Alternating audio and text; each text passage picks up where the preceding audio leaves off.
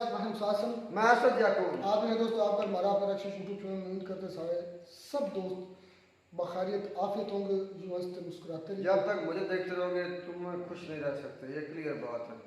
चलें जी, खैर बर्दाश्त करना पड़ेगा।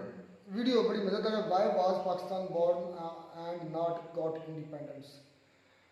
हाँ जी, ये कल वीडियो आई थिंक मुझे लगता है लोग सर की इस पर बातें मज़ा है असल में लोग सब काउंटर का या उनके सबूत चेक करने का और उनको बात करने का। क्या पाकिस्तानी अवाम के साथ हमने क्या बात करनी है या पाकिस्तानी अवाम को हमने क्या काउंटर करना है, ये क्या हमने उसको दलाइल देने हैं। तो लोग सर अब देखते हैं इस मुद्दे पर क्या बात करते हैं, ये देखना मज़ेदार। देखते हैं वीडियो, फिर बात करते हैं। नमस्कार दोस्तों, डीडी रेड के एक और एक्शन वीडियो में आप सभी का स्वागत है। मैं हूं आलोक। तो आज जो वीडियो लेकर आए हूं वीडियो है डेली स्वैग का और उसका टाइटल है real independence of Pakistan 14th और 15th August. What is true fight during interview. अच्छा जी, चलिए देखते हैं, क्योंकि ये बड़ा मज़ेदार सवाल है। हर पाकिस्तानी को लगता है कि हम भारत से एक दिन पहले आज़ाद हुए हैं, भारत हमसे एक दिन बाद आज़ाद हुआ है। ये बिठाया गया है कि हम उनसे आगे हैं ऑलवेज। दूसरा कि पाकिस्तानी को ये नहीं पता कि आप आज़ाद नहीं हुए हैं, क्योंकि 15 अगस्त 1947 से पहले पाकिस्तान नाम का कोई मुल्क नहीं था इस पूरी दुनिया में जो किसी का ग़ुलाम था। पहली बात, ये बहुत बेसिक लॉजिक है, बाकी मैं डॉक्यूमेंटेशन बाद में आपको दिखाऊंगा। दूसरा कि आप आज़ाद नहीं हुए हैं, आप पैदा हुए हैं, आपकी क्रिएशन हुई है, पाकिस्तान बनाया गया है, ठीक है। लेकिन पाकिस्तान की जनता को मैं जानता हूं, चलिए देखते हैं। 14 अगस्त को हुआ क्या था वैसे? ये आज़ादी मिली थी किससे?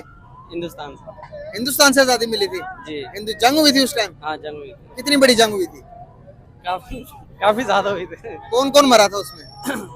अब ये तो इल्म नहीं, लेकिन बुजुर्गों ने बताया बहुत ज्यादा जुल्म हुई थी। अच्छा, बहुत सारी कैजुअलिटीज हुई थी।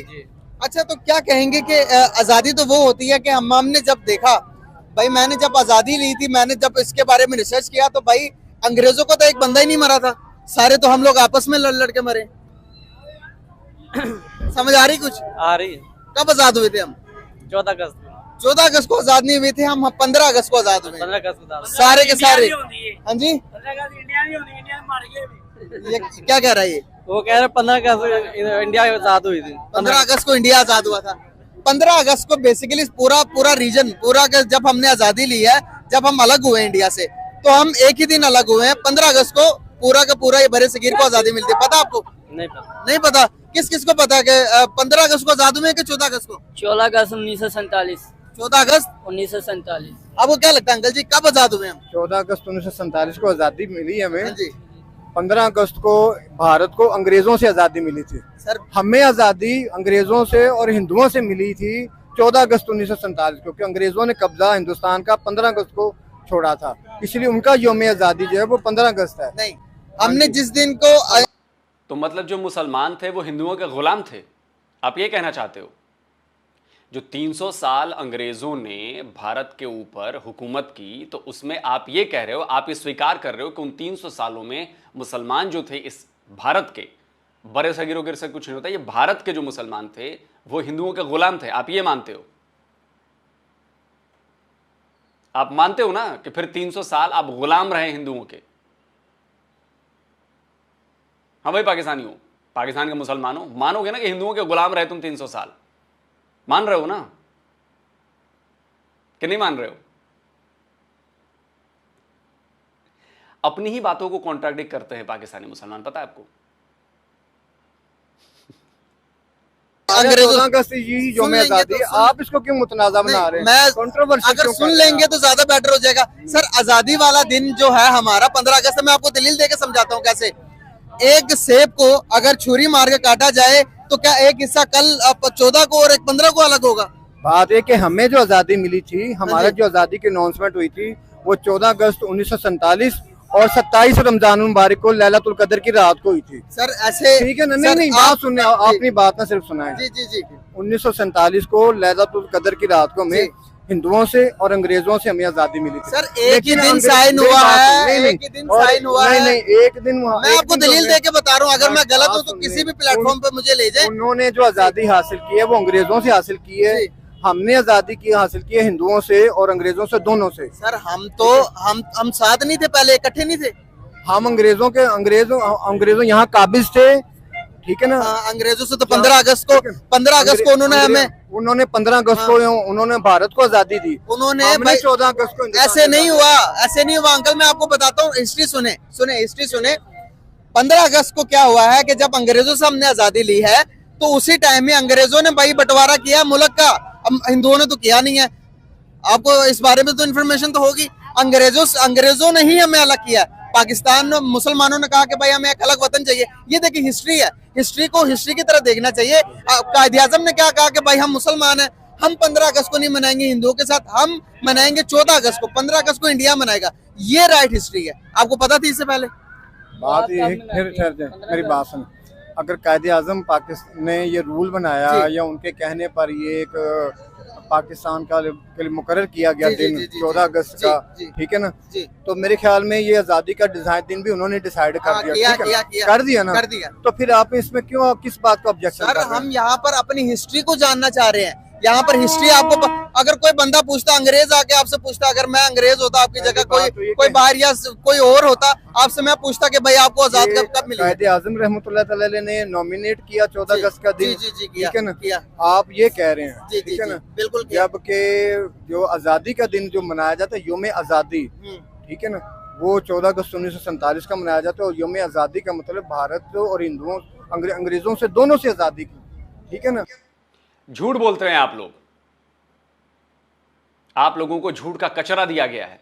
इसका सबूत देता हूं मैं, और भारतीय सबूत नहीं दूंगा, पाकिस्तानी सबूत दूंगा।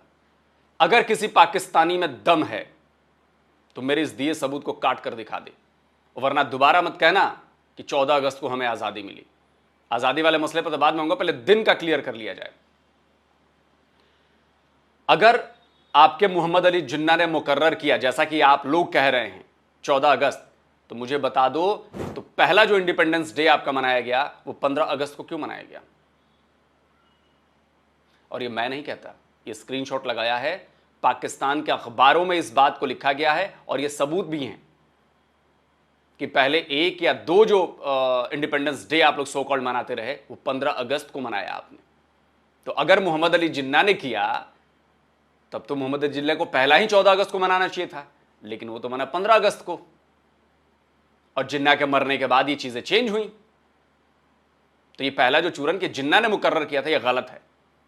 15 अगस्त को ही आपकी क्रिएशन हुई, आजाद नहीं हुए आप, क्रिएशन हुई है। दूसरी बात, एक दूसरा सबूत देता हूं, ये आपके किसी आई थिंक पाकिस्तानी रेडियो का ये पंपलेट जो है ना, ये दिखा रहा हूं मैं, ये पाकिस्तानी रेडियो का, आप जाकर चेक कर लीजिएगा, पाकिस्तानी रेडियो का है या पाकिस्तान के किसी बड़े इदारे का है, मुझे याद नहीं आ रहा। उस पर भी 15 अगस्त लिखा हुआ है। आपको 15 अगस्त को आपने इंडिपेंडेंस डे मनाया, 15 अगस्त 1947 को हुआ ये। तीसरा सबूत मैं देता हूं इसको, अच्छा चलिए तीसरा सबूत बाद में दूंगा, अभी तो ये 2 आपके अखबारों के और बाकी वो सबूत मैंने दिखा दिए। जो प्रॉपर सबूत है ना वो आगे दूंगा आपको, क्योंकि आप लोगों को धो धो के मारना जो है, झूठ का जो चूरन खा के बैठो, हम तो भारत से 1 दिन पहले आजाद हुए, घंटा आजाद हुए हो तुम। साबित कर देगा ना कोई पाकिस्तानी कि तुम लोग आजाद हुए हो, जो कहोगे वो कर दूंगा। और साबित कर दोगे कि तुम लोग 14 अगस्त को आजाद हुए हो, जो कहोगे वो कर दूंगा। 25 करोड़ पाकिस्तानी हो, चैलेंज को एक्सेप्ट करते हो? मां का दूध पिया है तो एक्सेप्ट कर लो। तो अब देखिए, हिंदुस्तान, अंग्रेजों ने क्या किया, अंग्रेजों ने बड़े सगीर को अलग किया। बड़े सगीर में कौन कौन थे? आज का बांग्लादेश, पाकिस्तान और हिंदुस्तान सारे एक ही था। इस पूरे बड़े सगीर में, बड़े सगीर से कब निकले हैं बाहर हम? बिल्कुल सही बात है, ठीक है ना। हम तो अब भी बड़े सगीर मतलब ये जो आपके सामने खड़े हुए हैं, ये जो आपके सामने खड़े हुए हैं, ये चले जाएं आपको छोड़ के जी। अगर हम आपकी गुलामी कर रहे हैं जी, तो आप चाहेंगे कि हम आपको छोड़ के अलग हो जाएं? मतलब क्या हमने अपने सिर पर मुल्क हासिल किया, ठीक है, ये बड़ी कुर्बानियों के बाद ये मुल्क हमें मिला है। बिल्कुल। आप ये हिसाब लगा लें कि जब कायदे-ए-आज़म था, लोगों में वफा थी, उन वफा के जरिए हमने मुल्क खरीदा, ठीक है, हमने खरीदा ही है, ये जानने देकर हमने मुल्क खरीदा है, ठीक है। उसके बाद अंग्रेजों से तो लड़े नहीं है अंकल। एक मिनट सुन लेंगे। हम तो अंग्रेजों के साथ, अंग्रेज एक नहीं मरा, हम तो आपस में नस्ल मर रही है ना। एक तो हिंदुओं के साथ, हिंदू कौन थे? हम में से ही लोग कन्वर्ट होकर मुसलमान हुए ना, हमारी नस्लों में से ही, कि सारे के सारे यहाँ से अरब से आए हैं। बात ये मैं यहाँ पर हिस्ट्री से, सर हिस्ट्री बहुत प्यारी है हमारी, हम एक ही हैं, हम नफरतें खत्म करने के लिए आया हूँ मैं। देखें जिसके साथ भी नफरत साहब रहमतुल्लाह ताला अलैह, बहाउद्दीन ज़िक्रिया मुल्तानी रहमतुल्लाह ताला अलैह और इस तरह के बहुत सारे सूफियाने इकराम ने यहाँ पे सदियों से यहाँ तबलीग का सिलसिला शुरू किया हुआ था, ठीक है ना। और उन्होंने यहाँ पे हिंदुओं को इस्लाम से मुतारिफ करवाया, ठीक है ना, और मुसलमान हुए लोग, कोई शक नहीं। और फिर एक वक्त आया कि जब मोहम्मद बिन कासिम ने देबल के मुकाम पर हमला किया और मुसलमानों को यहाँ पे जो जुल्म और जबर किया हुआ था उससे आज़ादी दिलाई, एक पहली इस्लामी रियासत की बुनियाद सिंध के अंदर रखी गई। जी बिल्कुल रखी, बिल्कुल रखी। तो अब बात ये है कि मुसलमानों का जो हम कह रहे हम कन्वर्ट हुए हैं, तो वैसे तो अरब के अंदर भी सारे कन्वर्ट होके मुसलमान हुए, वो भी बहुत सारे मुशरिक थे, ठीक है। तो इस्लाम का एक खूबसूरती है कि वो अपने अंदर सबको ढाल लेता है, लेकिन ये दावा कोई हिंदू, ईसाई या सिख नहीं कर सकते कि ये इतने करोड़ों मुसलमान जो हैं वो हमने हिंदू बना दिए या सिख बना दिए या, ठीक है ना। ये शर्फ इस्लाम को ही हासिल है, मुसलमानों को हासिल। मैं मुसलमान हूँ अल्हम्दुलिल्लाह। और यहाँ पर जितने भी लोग, सर मैं वहाँ पर यहाँ पर ये बात पूछना चाह रहा हूँ, हमें अपनी हिस्ट्री को क्यों नहीं पता, हम हिस्ट्री को क्यों नहीं मानते? आपने जिस तरह बहुत प्यारी बात की, आपको हिस्ट्री सारी पढ़े हुए हैं, आपको सारी पता है। अगर सुन लेंगे तो बेहतर हो जाएगा हम दोनों के लिए। मैं यहाँ पर बात करूंगा, आपकी भी पूरी जवाब लूंगा।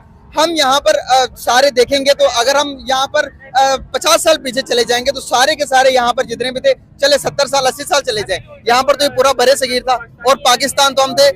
ये जो बरे सगीर था यहाँ पर हम सारे इकट्ठे रहते थे ना, हमने मुल्क अलग लिया, तो आज नफरतें क्यों है इतनी ज्यादा? आज वो अलग हम अलग, कोई भी हम कहते कि नहीं हमारे वो मतलब कि हमारी जड़ें हम किसी को बता ही नहीं सकते कि हम कहाँ से हैं।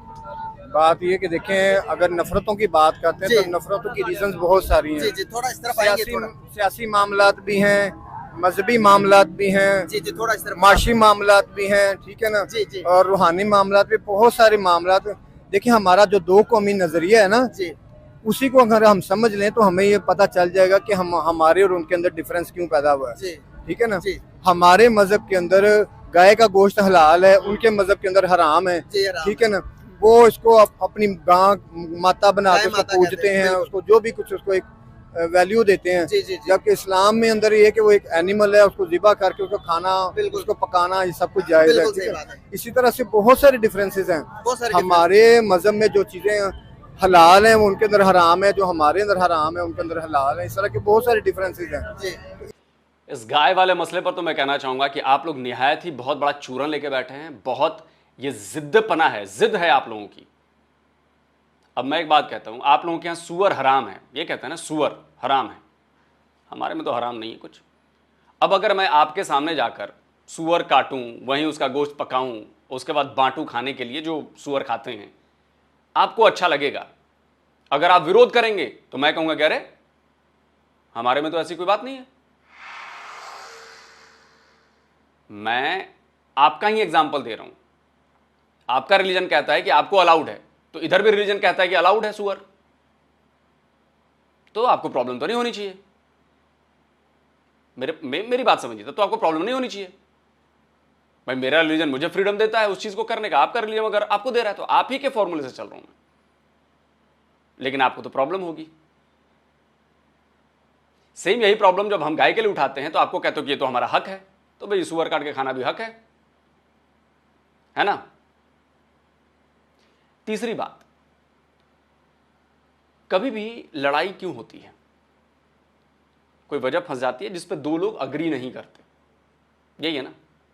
जब दो लोग अग्री नहीं करते तो लड़ाई होती है।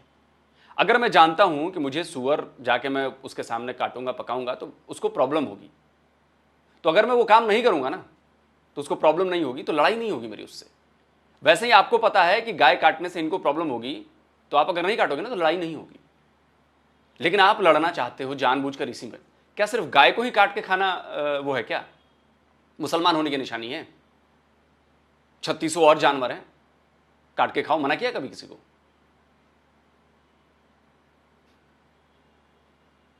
लेकिन आपने वही काम करना है जिससे हमको परेशानी हो। ये तो लड़ने वाली बात होगी। जब लड़ने वाली बात होगी तो फिर लड़ाई होगी। अब मैं आपको कुछ मुसलमान मौलवियों की बातें सुनाना चाहता हूं, गाय के मांस और ये वो के बारे में। सुनिए। Because you can't read the Quran. Yeah, they say, well, it's in the Quran that I have to eat cow. No, it's not in the Quran that you have to eat cow or anything. And in fact, a bit of a personal case, I've been vegetarian for 2 years now, and I've been very healthy, as you can see. Most of my problems, I had problems in my gums, I had problems with my skin. Now, you know, things are going good.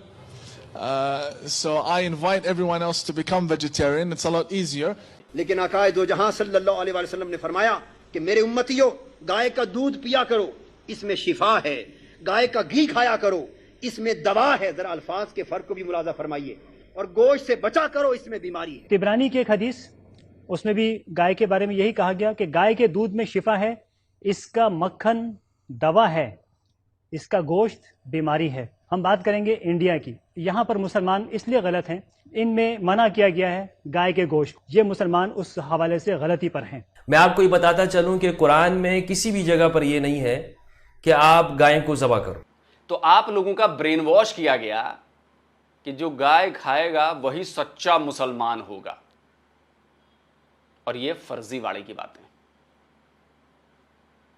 समझे? तो फालतू की बातें आप लोग मत किया कीजिए। आप लोग जानबूझकर हमसे उलझना चाहते हैं, इसलिए वो काम करते हैं। ठीक है भाई, उलझो, कोई बात नहीं, जितना मर्जी उलझिए, ऊपर वाला सब देख रहा है और वो सजाएं भी दे रहा है। बाकी आपकी मर्जी है। इसलिए नफरतों के फैलने की बड़ी वजह ये भी है, अगर हम लोग जैसे देखें, ये सारी चीजें तो चाइना में भी हैं, चीन में भी बहुत सारी चीजें ऐसी हैं, लेकिन वो सियासी लिहाज से, मजहबी लिहाज से पाकिस्तान को इक्वल दर्जा देते हैं। चीन के अंदर भी मेरी बात सुन लें, लेकिन भारत नहीं दर्जा देता। भारत इसको बराबर का पाकिस्तान को दर्जा नहीं देता।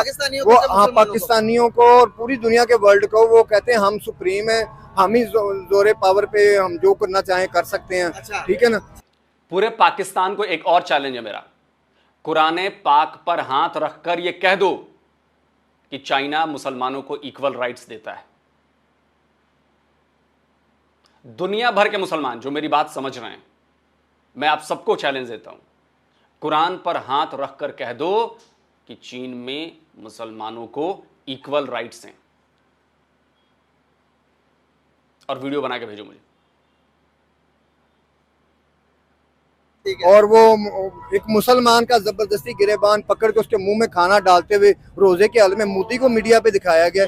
कभी मुसलमानों ने किसी हिंदू का व्रत ऐसे तोड़ा जाके कि तुमने व्रत रखा हुआ है तो चलो हम तुम्हारे मुंह में निवाले ये आपने वीडियो देखी थी? हमने वीडियो देखी है।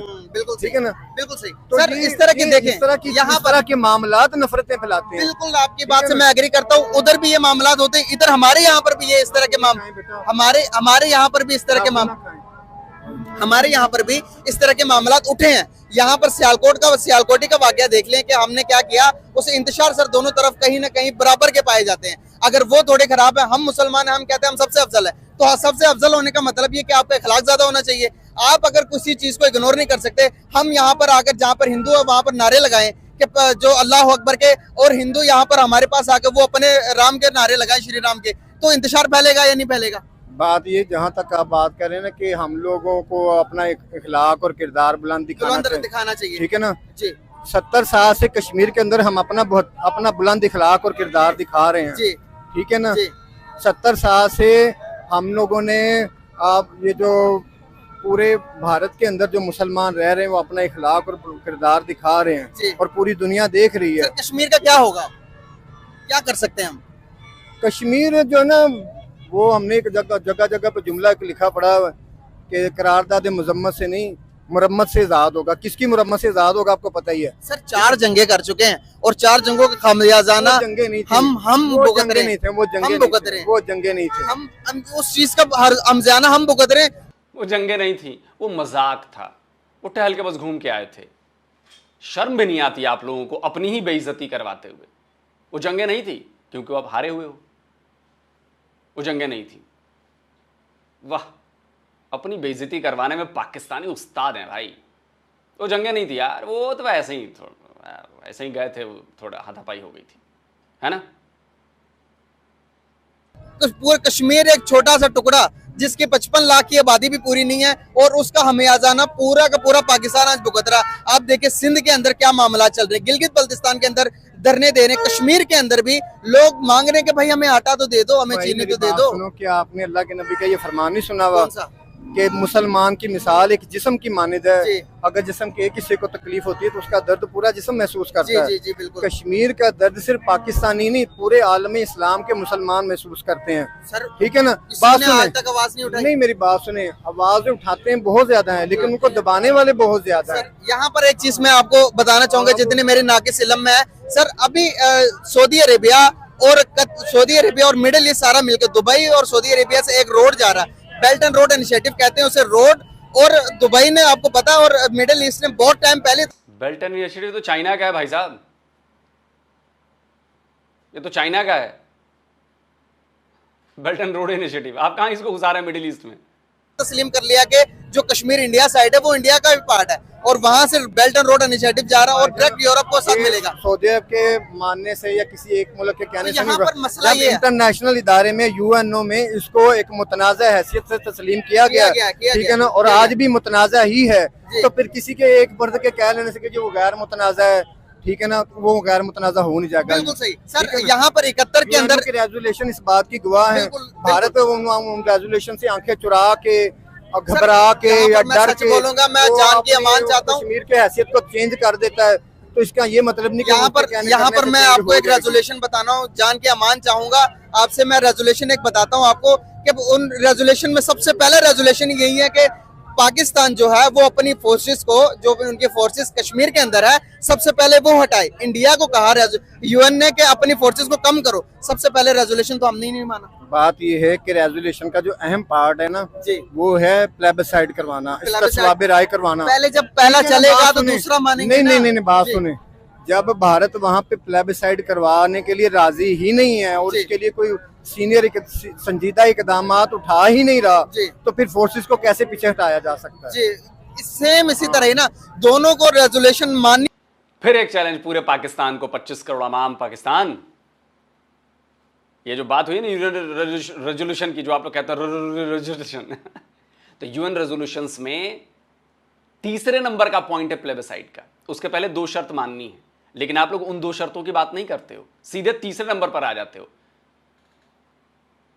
अब इसको मैं कैसे एग्जाम्पल देके समझाऊं, मतलब बड़ा अजीब सा एग्जाम्पल है कि 3 सीढ़ियां हैं छत पर पहुंचने के लिए, ठीक है। आप पहली चढ़ोगे, फिर उसके बाद दूसरी तक आपका पांव पहुंचेगा, फिर दूसरी चढ़ोगे तो तीसरी तक का पांव पहुंचेगा। तो एक तरह से ये 3 शर्तें हो गई छत पर पहुंचने के लिए, आपको 1 2 3 शर्तें माननी है। अब आप ये कह रहे हो कि ये 2 शर्तें हटा दो, 2 शर्तों की बात ही मत करो, सीधे तीसरे पर चढ़ जाओ। भाई तीसरे तक आपकी पहुंच ही नहीं है। जब तक आप पहले सीढ़ी पर पांव नहीं रखोगे, फिर उसके बाद दूसरी सीढ़ी पर पांव नहीं रखोगे, आप तीसरी सीढ़ी पर पांव नहीं रख सकते। ऐसे ही जब तक आप वो पहला रेजोल्यूशन नहीं मानोगे तब तक वो दूसरा नहीं माना जाएगा, और जब तक दूसरा नहीं माना जाएगा तब तक वो तीसरा रेजोल्यूशन नहीं माना जाएगा। तो तीसरा पॉइंट है प्लेबिसाइड का। तो पहले शर्त यह है कि पहला उसके बाद दूसरा, ये दोनों माने जाएंगे तब तीसरे पे आओगे ना भाई। लेकिन सब कुछ पाकिस्तान के हिसाब से होना चाहिए, सब पाकिस्तान जैसा सोचता है वैसा हो जाए। अच्छा जी, बड़ा चालाक है पाकिस्तान। मतलब कैलकुलेटर को आप ये कहो कि देखो ना, मैं इनपुट डालूंगा कि इतने गुने इतने, लेकिन रिजल्ट बता दो कि कितना हुआ। अगर कैलकुलेटर में कुछ कैलकुलेट करना है तो उसके लिए आपको स्टेप्स है ना, कि भाई पहले अगर जोड़ना है कोई चीज तो आपने 10 लिखा, फिर आपने प्लस का बटन दबाया, फिर आपने 12 लिखा, तब आपने इक्वल का एंटर का बटन दबाया, तब तो वो 22 होगा। लेकिन आप कहते हो कि नहीं 22 मुझे चाहिए, लेकिन मैं 10 का एंटर करूंगा ना, मैं 12 एंटर करूंगा ना, मैं प्लस दबाऊंगा, मैं बिल्कुल कोई स्टेप फॉलो नहीं करूंगा, लेकिन 22 मुझे रिजल्ट चाहिए। यह है आपकी अकल जिस पर पत्थर पड़ा हुआ है आप लोगों को। और मैं तो चैलेंज देता हूं सारे पाकिस्तानियों को, यूएन रेजोल्यूशंस पे आ जाओ, करा लो। हम तो चाहते हैं कि यूएन के हिसाब से हो जाए, हम तो चाहते हैं, पूरा हिंदुस्तान चाहता है कि यूएन के हिसाब से हो जाए। वैसे शिमला एग्रीमेंट जाके पढ़ लेना, यूएन उन सब गायब हो गया है कश्मीर इशू पर, ठीक है। पड़ेगी तब भी जाकर कोई हल निकलेगा। 71 के अंदर शिमला मुआहदे के अंदर जब हमारे 93,000 फौजी उनके कब्जे में थे, अगर मान नहीं थोड़ा सा पीछे आके सामने कैमरे की तरफ देखिएगा, अब तक वो मान भी चुका होता, प्लेबिसाइड हो भी चुका होता और कश्मीर का मसला हल हो भी चुका होता, लेकिन वो मामला को ना बहुत आगे तक लेके जा चुका हुआ है। पॉइंट ऑफ नो रिटर्न पे जिसे कहते हैं ना, वो सारी बात चली गई है। जी जी जी। अगर पॉइंट ऑफ नो रिटर्न पे मामला जाते हैं और भारत और कश्मीर के मामला को लेकर अगर कोई बड़ी जंग छिड़ती है ना, तो ये सिर्फ इस पाकिस्तान के लिए या भारत के लिए नहीं, पूरे इस रीजन के लिए, पूरे इस खित्ते के लिए एक बहुत बड़ी तबाही होगी। आपको लगता है कि हमारी इकोनॉमिकल कंडीशंस इतनी IMF ने छोड़ी है कि यहाँ पर जितना कर्जा हम ले चुके हैं, जितने हालात चल रहे हैं, बदर के मुकाम पर भी हमारी इकोनॉमिकल कंडीशन क्या थी बताएं? हमारे कितने हमारे पास हथियार थे, कितने हमारे पास फौजी थे, वहाँ हजारों। हमारे ईमान तब तो मजबूत था, जंगे ईमान की ताकत से लड़ी जाती है। ईमान मजबूत था, तब नबी सल्लल्लाहु अलैहि वसल्लम मौजूद थे। उन्होंने नबी सल्लल्लाहु अलैहि वसल्लम को पता था कि कैसे क्या करना है, और अपने कमांड जब देते थे सहाबा को, सहाबा उस मुताबिक चलते थे। आप बताएं, किसी एक कौम के हम मानते हैं, किसी एक लीडर के हम हैं? यहाँ पर कोई PTI का, कोई लीग का, अगर हम मजाबी बात करें, कोई यहाँ पर बना हुआ है कि कोई सुन्नी है, कोई शिया, कोई देवबंदी है? आप मुझे बताएं, जब नबी सल्लल्लाहु अलैहि वसल्लम थे, सहाबा एक प्लेटफॉर्म पर थे इस्लाम के नाम पर। आप बताएं, कश्मीर लेना हमारे लिए आसान है? इन सब के बात ये, मेरी बात सुने जी। जब खिलाफत का दौरे हुकूमत था जी, तब ओपोजिशन का रोल तब भी था जी। तब भी ऐसी जमातें, ऐसी तहरीकें, ऐसे लोग मौजूद थे जो खिलाफत की राह में रोड़े भी अटकाती थी, उनके मामलात में ऑब्जेक्शंस करती थी। ठीक है ना? आज भी हमारी दुनिया में जहाँ कहीं भी इस्लामी रियासतें हैं, वहाँ मुख्तलिफ जमातें सियासी मौजूद हैं, जो कभी गवर्नमेंट में होती हैं, कभी ओपोजिशन में होती हैं। लेकिन बात ये कि जो नेशनल जो होते हैं मफादात होते हैं, कौमी मफादात होते हैं, उनके ऊपर सारी जमातों को एक होना चाहिए, और तभी ही मामला आगे की तरफ बढ़ते हैं। बहुत प्यारी बात है सर। यहाँ पर एक चीज ऐड करना चाहूंगा।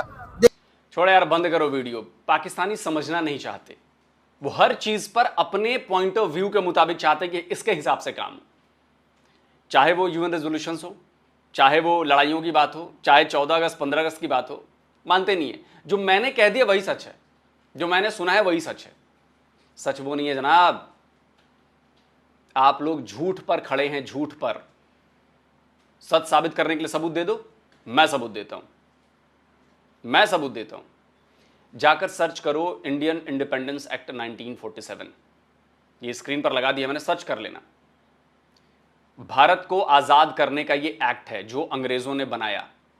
इसको जाकर पढ़ोगे तो इसमें साफ नजर आएगा कि 15 अगस्त 1947 को भारत को इंडिपेंडेंस दी जाती है ब्रिटिश राज से, और उसके बाद उसमें क्लॉजेज लिखे गए हैं जिसमें लिखा गया है कि आज से, यानी कि 15 अगस्त से 2 डोमिनियन के नाम जाने जाएंगे। एक डोमिनियन भारत ही रहेगा, एक इससे अलग होकर पाकिस्तान नाम का डोमिनियन बनाया जाता है। समझे? तो पहली बात, आप आजाद नहीं हुए। दूसरी बात, आप क्रिएट किए गए। तीसरी बात, 15 अगस्त को ही क्रिएट हुए हैं आप। ये डॉक्यूमेंट है जिसको झुठलाया नहीं जा सकता। आपकी बातों से नहीं, हवा हवाई बातों से नहीं झुठलाया जा सकता। और नहीं तो पाकिस्तानियों, फिर से एक चैलेंज है तुम्हें, पाकिस्तानी इंडिपेंडेंस एक्ट ऑफ 1947 ये कोई दस्तावेज लाकर दिखा दो। आजाद हुए ना तुम लोग, अंग्रेजों से आजाद हुए ना। हिंदुओं से तो चलो मानसिक तौर पर आजाद हुए, तुम लोग गुलाम थे हिंदुओं के, जैसा कि तुम लोगों ने कहा, अपने बातों में फंसते हो तुम लोग। तो अब बता दो कि भाई पाकिस्तान इंडिपेंडेंस एक्ट 1947 नाम का कोई कागजात तुम लोगों के पास है? अबे साबित तो करोगे। कश्मीर तुम्हारा है, इसको साबित करने के लिए कोई कागज हो, कोई दस्तावेज हो, कुछ तो हो, या हवा हवाई बातें। किसी नहीं, वहां पे मुसलमानों की संख्या ज्यादा थी तो वो हमारा है। तो भाई तो फिर लाहौर हमें दे दो यार, क्योंकि वहां पर हिंदुओं और सिखों की संख्या ज्यादा थी।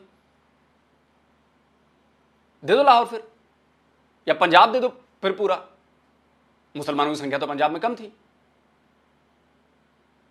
लेकिन उस पर नहीं मानोगे। एक तरफा नहीं होता ना यार, चीजें बराबर एक ही फॉर्मूले में देखी जाती हैं। तो मैंने सारे सबूत दे दिए।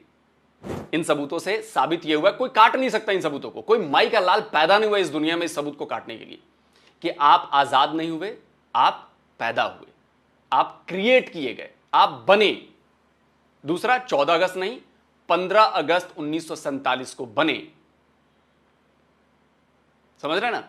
जिसका सबूत मैंने दिया कि आपके यहां भी शुरू के 2 या 3 जो हैं 15 अगस्त को मनाए गए आपके यहां, और आपके दस्तावेजों में, पाकिस्तानों के दस्तावेजों में वो 15 अगस्त नोटेड था, बाद में इसको बदल दिया गया।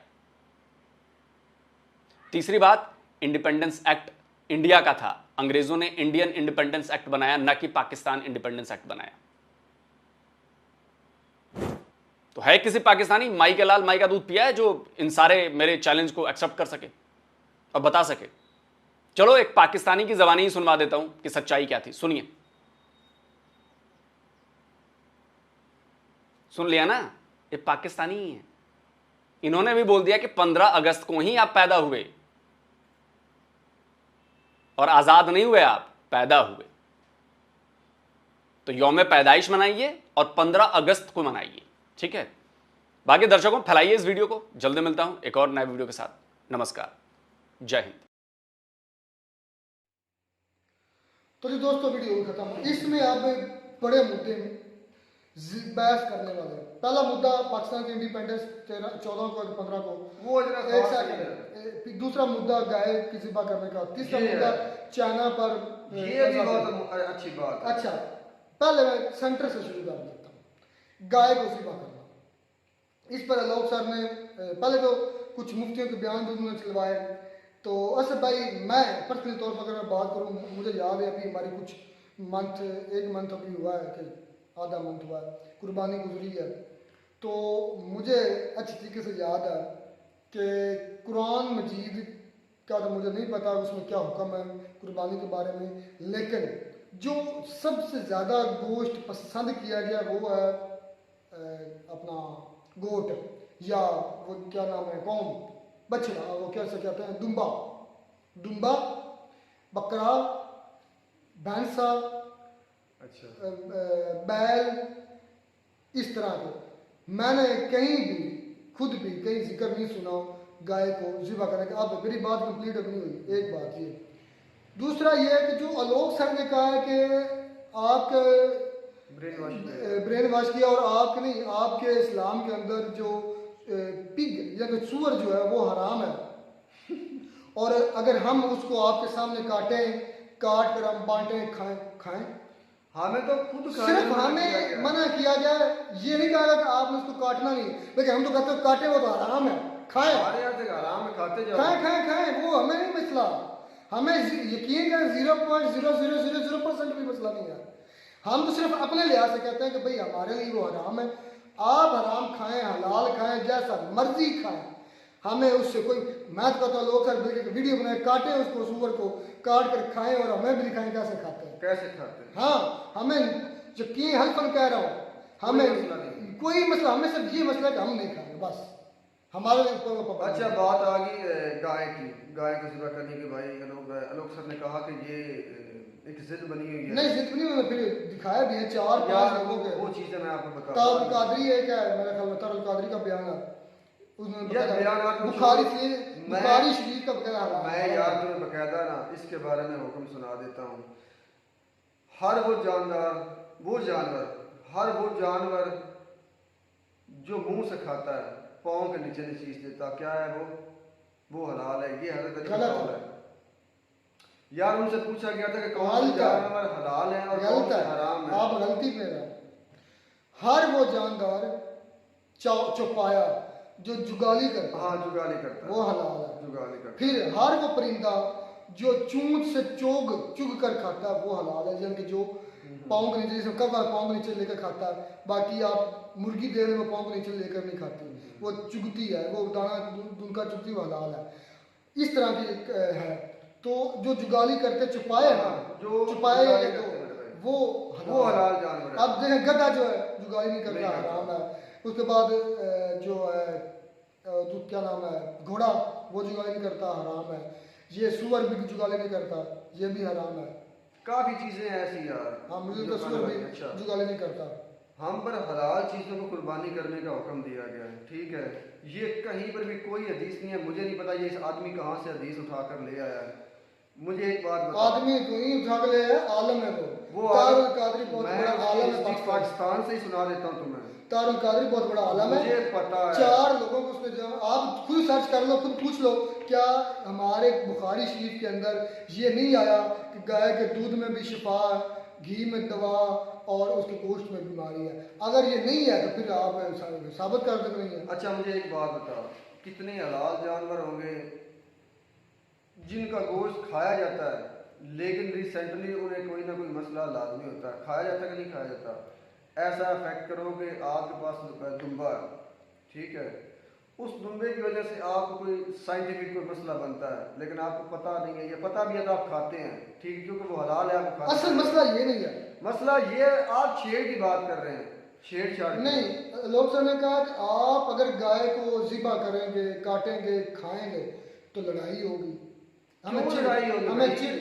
लोग सब में पहले क्या इसको आप सुअर खाएं, हम आपकी कम्युनिटी से नहीं लड़ेंगे, जो पाकिस्तान में हिंदू है खाएं सुअर, और खाते भी हो, हमें नहीं पता, हमें नहीं फर्क पड़ता, हमें फर्क नहीं पड़ता, ये वो हमने नहीं खाना, हम पर मना, ये चीज है। ये नहीं कहा इसी तरह भाई आप पर भी होना चाहिए कि गाय आपने नहीं ज़िबा करनी, आपने वो गोश्त नहीं खाना, ठीक है, दूसरे मजहब में हलाल है तो वो खाते फिरें, ये मसले का हल है।